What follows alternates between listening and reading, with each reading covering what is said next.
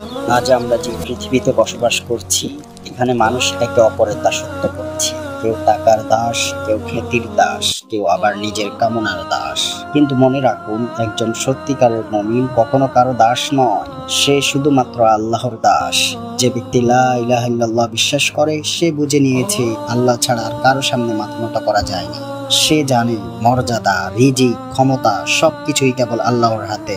যে ব্যক্তি মুহাম্মদ সাল্লাল্লাহু আলাইহি ওয়াসাল্লামের উম্মত, সে জানে রাসূলুল্লাহ সাল্লাল্লাহু আলাইহি ওয়াসাল্লাম আমাদেরকে শিখিয়েছেন মানুষের সামনে নত হওয়া যায় না, বরং মানুষের জন্য কল্যাণ কামনা করা।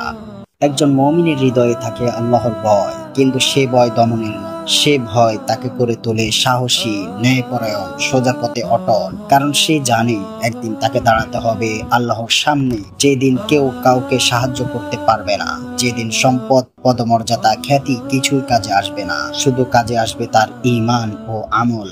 তখন আল্লাহ প্রশ্ন করবেন, আমি তোমাকে কত নিয়ামত দিয়েছিলাম, তুমি সেই নিয়ামতের কতটুকু কদর করেছো? সেই দিনে সফল হবে সে যে দুনিয়ায় আল্লাহর দাসত্ব করেছে, মানুষের দাসত্ব নয়। ভেবে দেখো ভাই, আজ আমরা কাকে অনুসরণ করছি, কিসের পিছনে জীবন দিচ্ছি? যে মানুষ একদিন মাটিতে মিশে যাবে, তার সন্তুষ্টির জন্য দৌড়াচ্ছি, আর যিনি চিরঞ্জীব তার সন্তুষ্টি ভুলে যাচ্ছি। এ জীবন অল্পকালের, একদিন মুছে যাবে নাম, মুখ, পরিচয়। কিন্তু যদি তুমি আজ আল্লাহর দাস হও, তবে সেই দাসত্বই তোমাকে অন্তত মুক্তির পথে নিয়ে যাবে। তাহলে চলো ভাই, আজ থেকে নতুন করে শুরু করি, মানুষের নয় আল্লাহর দাস হিসেবে বাঁচি, তারই আদেশে চলি, তারই সন্তুষ্টির জন্য কাজ করি। কারণ যেই একবার বুঝে গেছে লা ইলাহা ইল্লাল্লাহ, সে কখনো অন্য কারো সামনে মাথা নত করে না। সে শুধু আল্লাহরই দাস, আর আল্লাহর দাস হওয়াই হলো আসল মুক্তি। মানুষ নয়, আল্লাহর দাস হিসেবে বাঁচি, তারই আদেশে চলি, তারই সন্তুষ্টির জন্য কাজ করি। সে জানে মানুষের প্রশংসা দিয়ে কিছু হয় না, আর তাদের ঘৃণায় কিছু নষ্ট হয় না। যে আল্লাহর দাস, তার মন শুধু এক জায়গায় বাঁধা, রবের সন্তুষ্টিতে।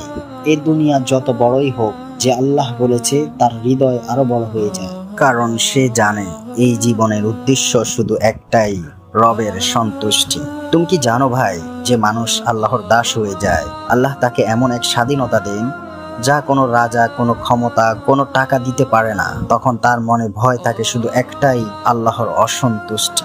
আর যখন সে নামাজের সিজদায় যায়, তখন সে বুঝে যায় এই সিজদার মধ্যেই আছে প্রকৃত সম্মান, এই কান্নার মধ্যেই আছে আসল শান্তি। তাহলে বলো ভাই, আজ থেকে আমরা কেন না সেই পথে হাঁটি, যে পথে নবীরা হেঁটেছেন, যে পথে সাহাবারা হেঁটেছেন, যে পথে শুধু লা ইলাহা ইল্লাল্লাহর প্রতিধ্বনি। আমি কারো দাস নয়, আমি শুধু আল্লাহর দাস।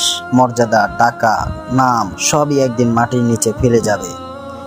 চলো আজ থেকে আমরা দুনিয়ার দাসত্ব ছেড়ে দিই, ফিরে যাই সেই মহান রবের দাসত্বে, যেখানে আছে সম্মান, শান্তি আর চিরস্থায়ী মুক্তি।